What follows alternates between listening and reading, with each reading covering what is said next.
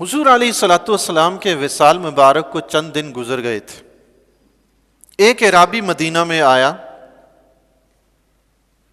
اس وقت صدیق اکبر رضی اللہ تعالیٰ عنہ، حضرت علی رضی اللہ تعالیٰ عنہ اور دیگر صحابہ کرام رضی اللہ تعالیٰ عنہ تشریف فرما تھے۔ اس نے آ کر سلام کیا اور پوچھا کہ حضور علیہ الصلوۃ والسلام کے وصی کون ہیں؟ دنیا سے رخصت ہوتے وقت انسان جس کو کوئی وصیت کر جاتا ہے اس کو وصی کہتے ہیں۔ انہوں نے پوچھا کہ حضور علیہ الصلوۃ والسلام کے وصی کون ہیں؟ تو صدیق اکبر رضی اللہ تعالیٰ عنہ نے حضرت علی رضی اللہ تعالیٰ عنہ کی طرف اشارہ فرمایا کہ یہ وصی ہیں۔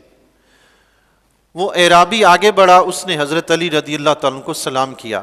آپ رضی اللہ تعالیٰ عنہ نے نہ صرف اس کے سلام کا جواب دیا بلکہ اس کا نام لے کر اس کو سلام کا جواب دیا۔ سبحان اللہ۔ وہ آنے والا اعرابی حیران رہ گیا۔ اس نے کہا حضرت میری آپ سے اس سے پہلے کبھی ملاقات ہی نہیں ہوئی، میری آپ سے پہلی ملاقات، میرا نام آپ کو کیسے پتا چلا؟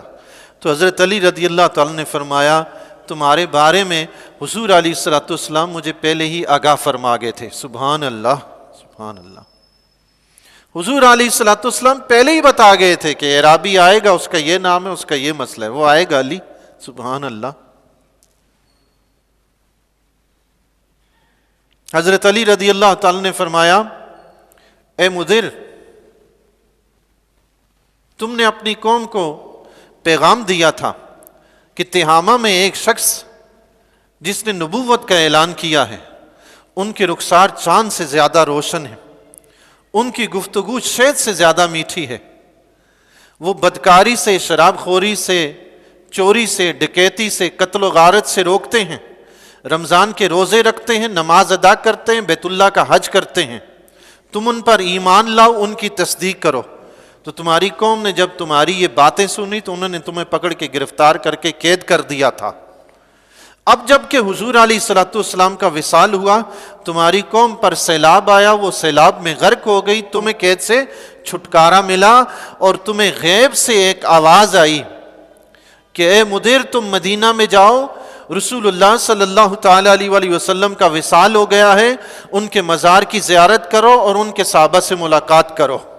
وہ اعرابی فوراً آگے بڑھا، حضرت علی رضی اللہ تعالیٰ کے دستبوسی کی، عرض کرنے لگا حضور یہی ماجرا ہے۔ سبحان اللہ، سبحان اللہ۔ حضور یہی ماجرا ہوا ہے، ملاقات پہلی ہے، ماجرا سارا سنا دیا ہے۔ اس نے عرض کی حضرت میرے کچھ چند سوالات ہیں۔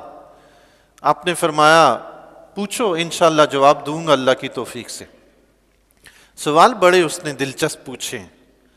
اس نے پہلا سوال کیا وہ نر بتائیں جو ماں باپ کے بغیر پیدا ہوا ہے۔ حضرت علی رضی اللہ تعالیٰ نے فرمایا حضرت آدم علیہ السلام بغیر ماں باپ کے پیدا ہوئے۔ اس نے عرض کی وہ مادہ بتائیں جو بغیر ماں باپ کے پیدا ہوئی۔ حضرت علی رضی اللہ تعالیٰ نے فرمایا حضرت حوا رضی اللہ تعالیٰ عنہ جو بغیر ماں باپ کے پیدا ہوئی ہیں۔ اس نے کہا مجھے ایسا نر بتائیں جو بغیر باپ کے بغیر نر کے پیدا ہوا۔ تو حضرت علی رضی اللہ تعالیٰ نے فرمایا حضرت عیسیٰ علیہ السلام۔ اس نے عرض کی مجھے ایسی خاتون بتائیں جس نے 3 ساعت میں بچہ جنم دیا۔ ویسے تو بچوں کی جو پیدائش ہوتی ہے نا، عموماً شکم مادر میں 9 ماہ تک بچہ رہتا ہے، اس کے بعد پیدائش ہوتی ہے۔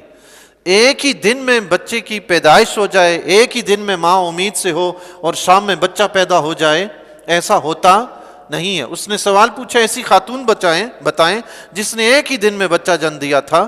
حضرت علی رضی اللہ تعالیٰ نے فرمایا حضرت مریم رضی اللہ تعالیٰ عنہ۔ اس نے عرض کی مجھے ایسی قبر کے بارے میں بتائیں جو اپنے قبر والے کو لے کر سیر کراتی رہی۔ سبحان اللہ۔ حضرت علی رضی اللہ تعالیٰ نے فرمایا وہ مچھلی جس کے پیٹ میں حضرت یونس علیہ السلام تھے وہ آپ کو سیر کراتی رہی۔ سبحان اللہ۔ اس نے عرض کیا مجھے ایسا جسم بتائیں جس نے زندگی میں صرف ایک بار کھایا ہے، دوبارہ کھایا ہی نہیں۔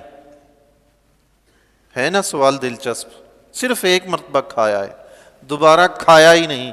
آپ رضی اللہ تعالیٰ نے فرمایا حضرت موسیٰ علیہ السلام کا عصا جب جادوگروں کے مقابلے میں اجدھا بنا تھا اور ان کے جادوگر کی ساری لاٹھیاں وغیرہ کھا گیا تھا، ایک ہی بار کھایا ہے اس نے۔ سبحان اللہ۔ اس نے عرض کی مجھے وہ جگہ بتائیں جہاں صرف ایک مرتبہ سورج کی روشنی پڑی ہے۔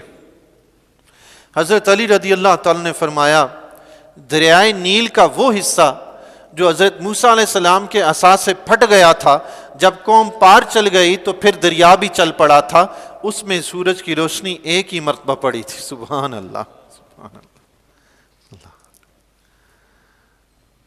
علم کے دریا ہیں جی، سبحان اللہ۔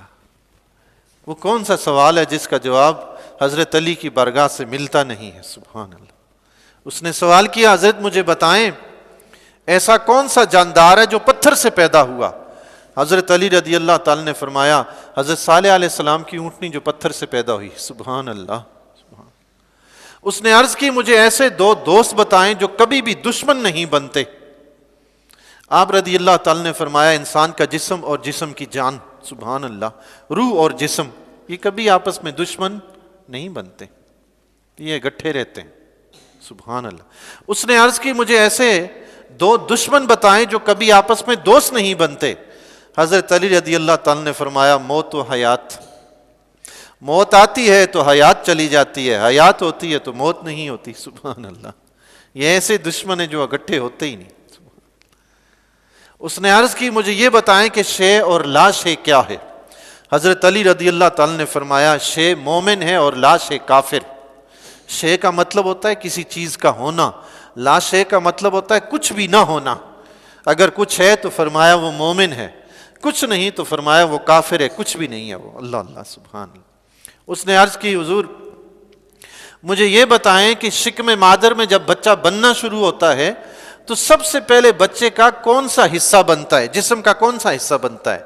حضرت علی رضی اللہ تعالی نے فرمایا انگشت شہادت۔ سبحان اللہ، سبحان اللہ۔ اس وقت کون سے الٹرا ساؤنڈ تھے، کون سی مشینیں لگا کے چیک کیا گیا تھا کہ شکم مادر میں بچہ کیسے بنتا ہے تو پہلے کیا چیز بنتی ہے؟ پوچھنے والا اعرابی ہے، جواب دینے والے حضرت علی ہیں۔ سبحان اللہ، سبحان اللہ۔ اس نے پھر عرض کی حضور مجھے یہ بتائیں کہ قبر میں جب انسان کا بدن فنا ہو جاتا ہے، گل سڑ جاتا ہے، تو سب سے آخر میں جسم کا کون سا حصہ فنا ہوتا ہے؟ حضرت علی رضی اللہ تعالی نے فرمایا دماغ کی ہڈی، جہاں دماغ ہوتا ہے، سر کی ہڈی سب سے آخر میں ختم ہوتی ہے۔ یہی وجہ ہے کہ آپ پرانی قبریں کھود کر دیکھیں، اکثر و بیشتر قبروں میں ہوتا ہے بالکل ہڈیاں ختم ہو جاتی ہیں، کھوپڑی نظر آ جاتی ہے، سب سے آخر میں یہ ختم ہوتی ہے۔ دیکھیں جسم فنا بھی ہو رہا ہے، مگر جسم کے جس حصے کو رب نے عزت سے نوازا ہے وہ مرنے کے بعد بھی معزز ہے۔ سبحان اللہ۔ سر کو عزت حاصل ہے نا جی، جسم میں سب سے بلند حصہ کون سا ہے؟ سر ہے، اس کو عزت حاصل ہے۔ اللہ اکبر۔